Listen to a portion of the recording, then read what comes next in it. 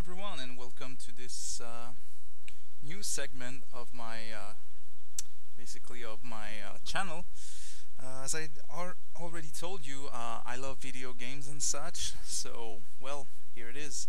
I'm doing a special tutorial, or well, just to explain more about the game I'm playing right now, which is Vanguard Saga of Hero.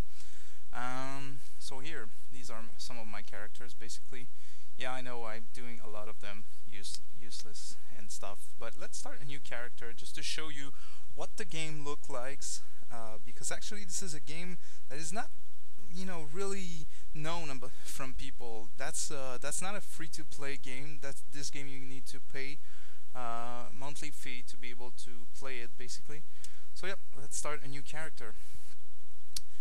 Actually, what's so nice about this game? First of all, the graphics are way better than that. Just to let you guys know that my computer does not run with, it's not like a huge gamer computer. So I'm running it on really low graphics, but it goes really in higher depth than this when you basically have a better machine and stuff. So let's start the first character. Let me show you what this game is all about. So first of all, of course, your name. Let's call this one Bipolar. I don't know, just a name come there. And there you go. Bipolar Ken. We'll see what happens. Okay, so actually, here are some of the races. There are so many possible, match that you can have made between classes and races. Let's do this really quick. Here you have human, dwarfs, halfling, high elf, full main, Vanguard, and so on. Lesser giant, Kojani human. Actually, Testra is one of the three main continents. So there are three different continents with different races in each continent. Kojan is another continent, and Qualia as well. So here you are: wood elf, half elf, orc, goblin, Raki, which is one of my favorite, honestly. I really love this guy. Then you go to Kalia, you have the Kaliatari human, which is another kind of human, but basically for Kalia. The gnome, the dark elf. These are really hard to play because basically they are, there's a big reputation system in this game, and these guys seems to be aided by most of the factions. So these are pretty hard to play, basically. You have the Kurasha, which are pretty cool too, kind of cat and stuff, kind of a tiger and stuff. You have the Morodebi human, another kind of human, and finally the Varantari. So that's what it is, and of course you have female characters that you can have, of course, with each of these.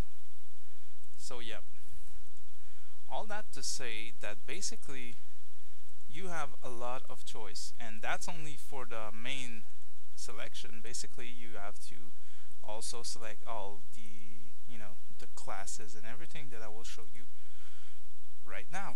So here it is. Classes. You can choose from various classes, but here is one thing. Depending on the classes that you choose, let's say for example right now I have the High Elf selected. All those that are highlighted like these are the one that an High Elf can basically do. These are the job that he can basically take and being able to do. So each one got different possibilities of classes. So let's see the classes themselves. Let's take the warrior, for example, which everybody knows about, of course. Paladin, Dread Knight, which is basically just like Dark Knight. Basically, it's the Paladin, but with some debuffs and stuff like that, and magic, fighting magic and stuff like that. Ranger, of course, the good old Ranger.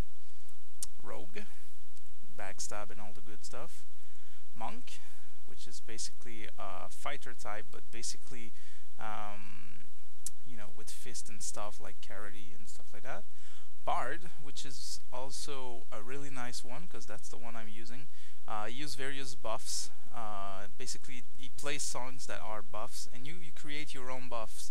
So you have parts of songs that you can put together and, you know, create your own song basically, and create your own buffs. So you can create your buffs and stuff like running faster, hitting harder, you know, breathing underwater, floating. You know, a lot of cool stuff.